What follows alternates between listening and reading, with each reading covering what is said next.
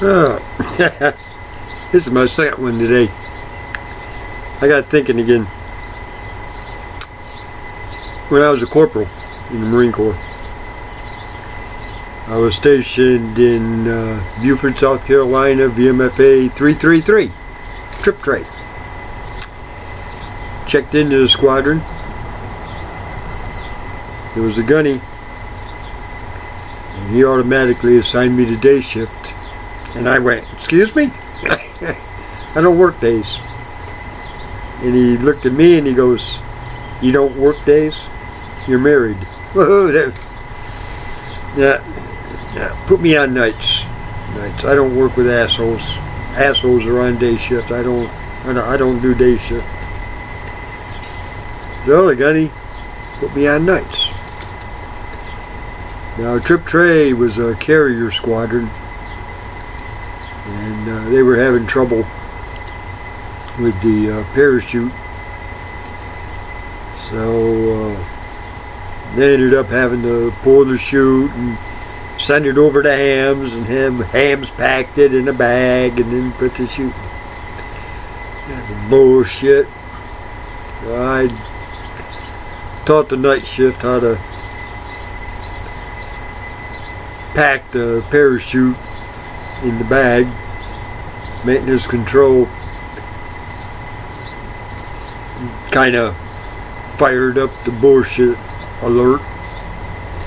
I ended up, about my third day there, I ended up going in and seeing the maintenance officer with the gunny, and the assistant maintenance officer was a captain I knew in 115, and he backed me up 200%. He told the major that you don't question Gene.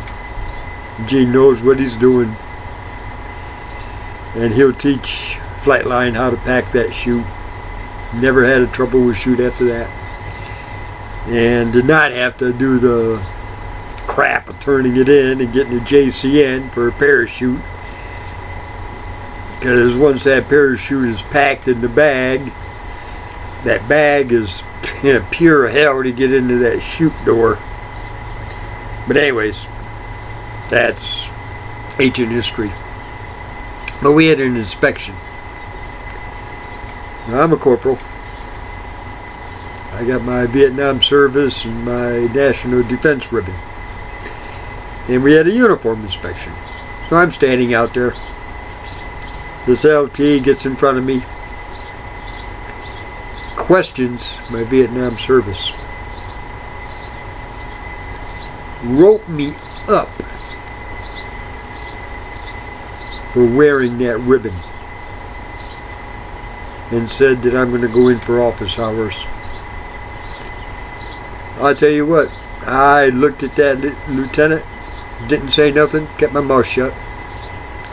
I was still at the position of attention where he's spouting off all this crap about me being out of uniform because of that Vietnam service, and I'm getting pissed off like you wouldn't believe. Well, after the inspection, I went straight upstairs. Now I had to wait for the sergeant major about 15 minutes or so. The gunny from Flightline came upstairs, and he seen that I was waiting for the sergeant major, and him and I talked. Gunny told S1 to pull my service record book. Sure enough, I rated that Vietnam service. And the gunny popped up and goes, "Gene, I'll take care of this." And I said, No, I'm sorry, Gunny. That LT's going to apologize to me. I demand it. And if I give it to you, I'll never get an apology from that bastard. And the gunny popped up and goes, "Hey, you gotta be careful what you say about these officers." I don't care, Gunny. I don't care. Well, the gunny stayed with me. Sergeant Major arrived. We went in, had a talk with the Sergeant Major. And I told the Sergeant Major the same thing I told the gunny. that asshole was going to apologize to me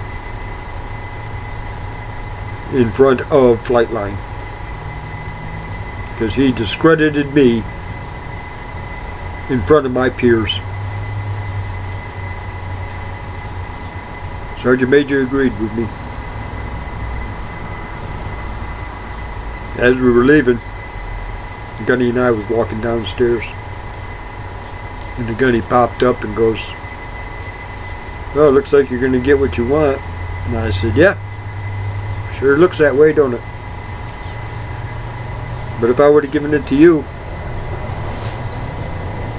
I would not have gotten the apology that I'm looking forward on getting." And the Gunny just looked at me and he goes, "You're right. Because your voice would not have been heard." That's right. My voice would not have been heard. Well, the next day, there was a note that the whole flight line had to stay. Day shift had to stay. Night shift had to stay until we have a formation. And there was no explanation for the formation. I knew what it was about, but I kept my mouth shut. So we're standing outside. Gunny called us to attention that Lieutenant, Sergeant Major, and the CO, along with the maintenance officer, came up, called me out front of the formation. I went out front, reported to the CO. CO made about a 5-minute talk concerning my Vietnam service and where it represented. And then the lieutenant gave an apology that was pure gold.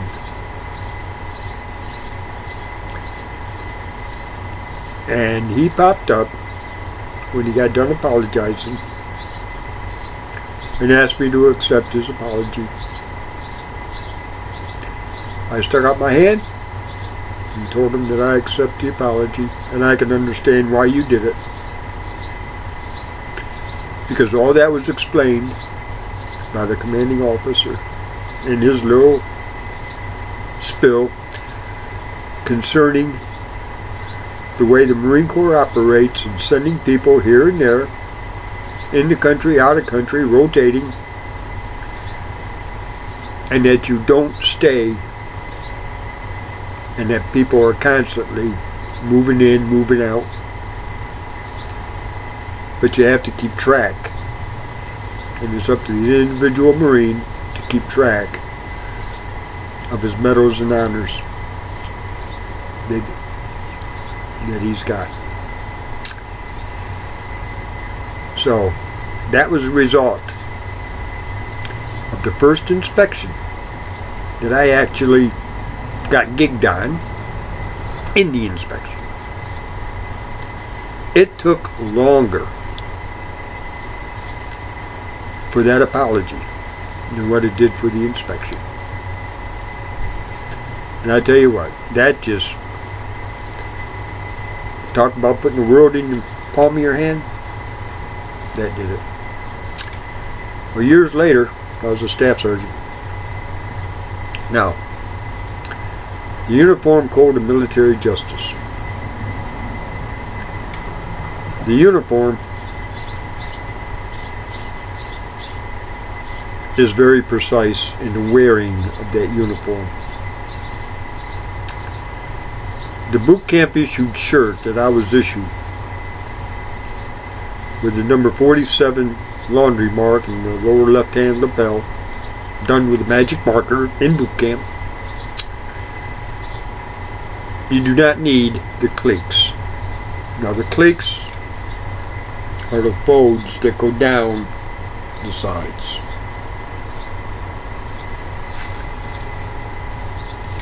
That is the option of the wearer. You can either have it or not have it.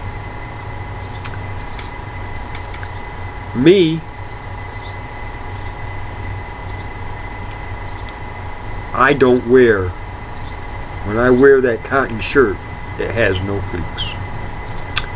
Now we had a inspection, uniform inspection for an IG in VMFA 115, Major Coyle, maintenance officer,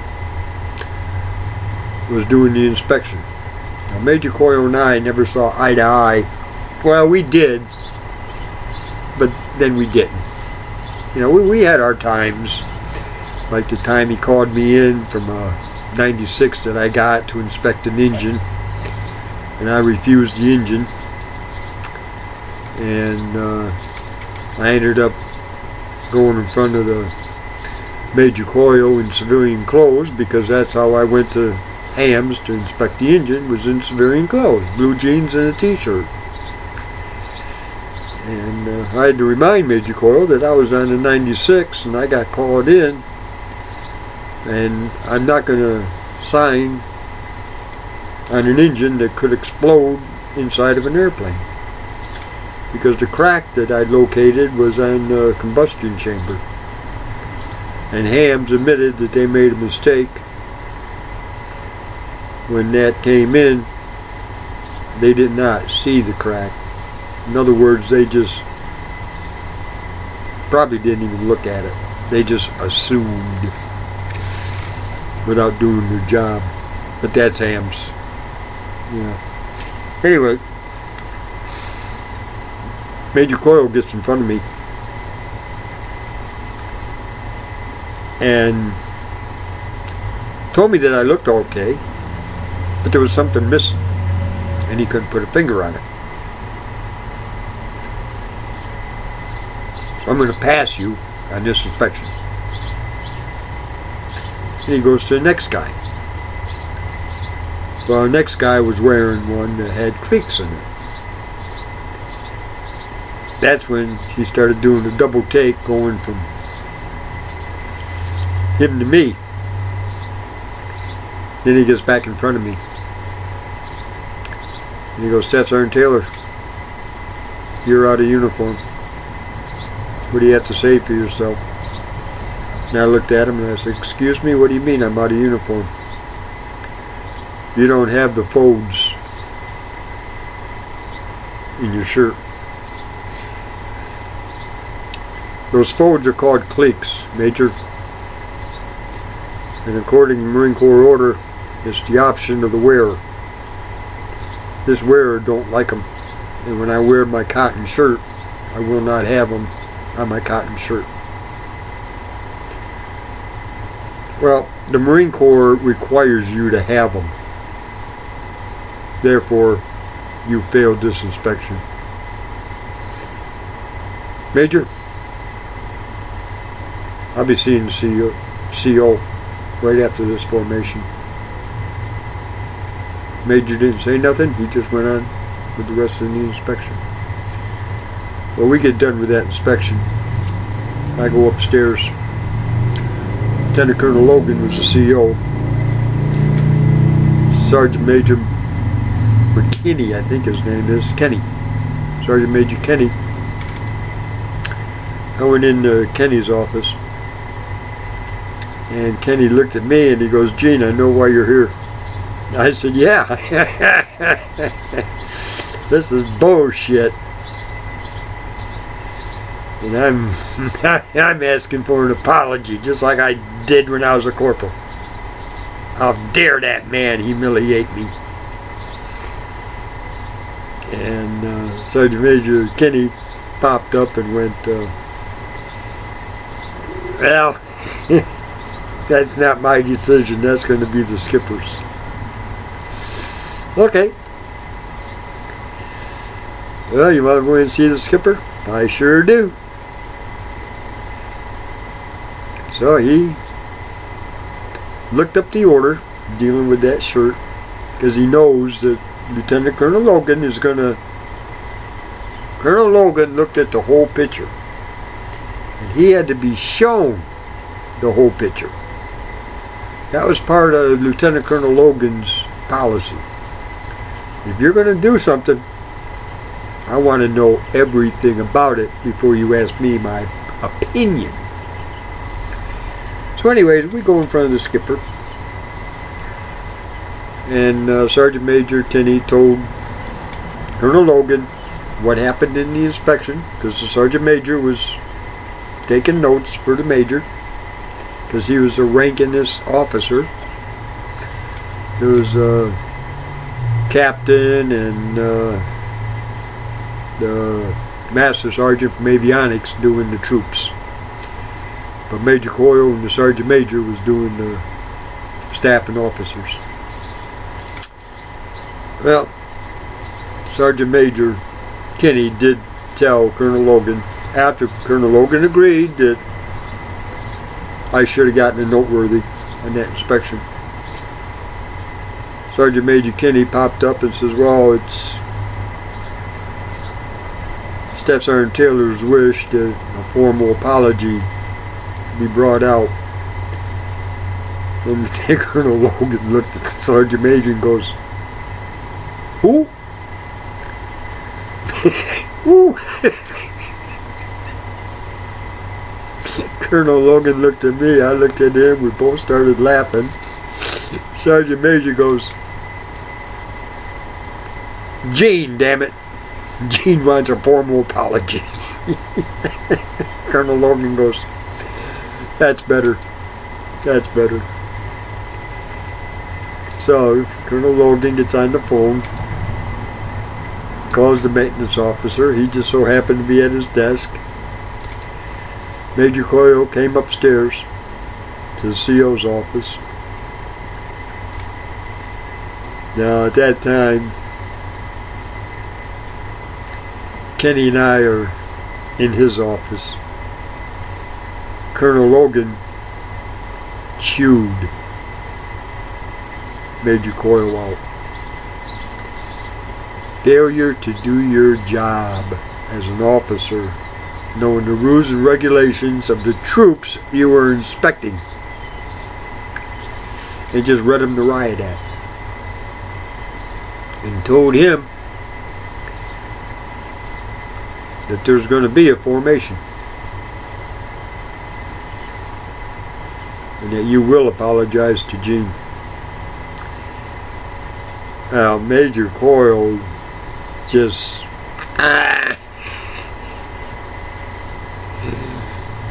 well, Colonel Logan dismissed him. Then Kenny and I walked into the CO's office. CO popped up and said, if I don't hear anything in 24 hours, to let the Sergeant Major know. Okay, no problem. Very next morning, there was a formation. The formation was held right outside of maintenance control. Now I will admit this, Major Coyle did try. He did not get 100% participation, but he got about 80%. There was approximately 30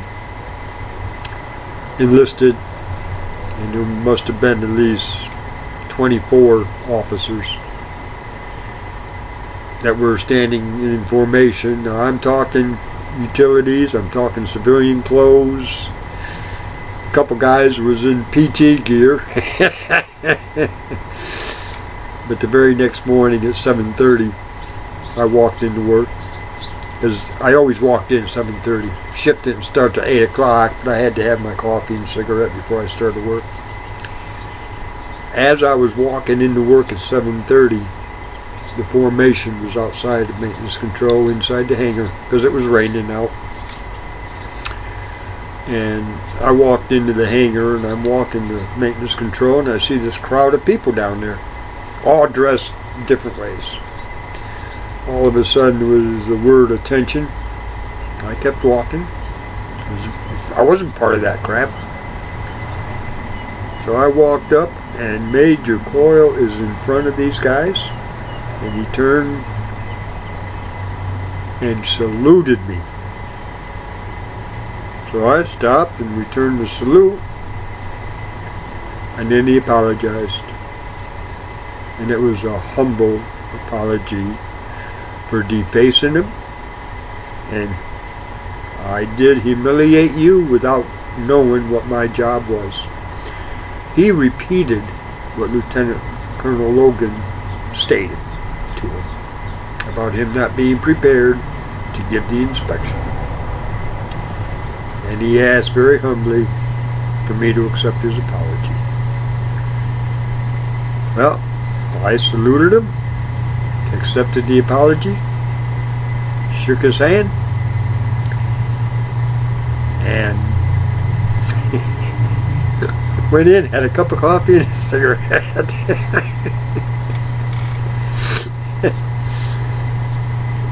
During that day, there must have been 8 or 9 of the officers, and a few of the enlisted guys took me aside and said that they have never, ever witnessed Major Coyle making an apology like that. A couple of days later, Colonel Logan was a motorcycle guy that loved racing motorcycles, and he had a tournament, but he had to get a few people to go down there with him. So, you know, I told him, yeah, my son and I will go down. So Corey and I went down. It was down just outside Savannah, Georgia. Well, Corey and I get down there. Colonel Logan is there with his motorcycle. And we had about a half hour before the race started. Colonel Logan and I was talking, and I told Colonel Logan about the apology and how he basically repeated everything that you told him in the office. Yeah, Colonel Logan just laughed, and I said, why, what's so funny? Well, that evening at the officers club, my wife and I was having dinner, and Major Coyle came up and joined us for dinner, and my wife also took a piece of his ass. Now, I don't know how my wife found out what happened at that inspection. Did you tell her? I said, no, I didn't say nothing. You were the only one that I mentioned anything to. She found out about it, and she chewed his ass. And she said that that will be a perfectly outstanding apology that you do. And I just, wow. To this day, I still don't know how she found out about it. But anyways, I just thought I'd throw this out. I just got thinking about it because I made the statement that I passed all my inspections, flying no, those two. But the thing is, the end result of those two, you know, one formal apology and the other one was informal. So I'm going to kick this thing out too. I'm looking at about 24.5 minutes on this one. Man, this one was a long one. Anyways, I can cut it off 24:30. Bless you and have a beautiful day.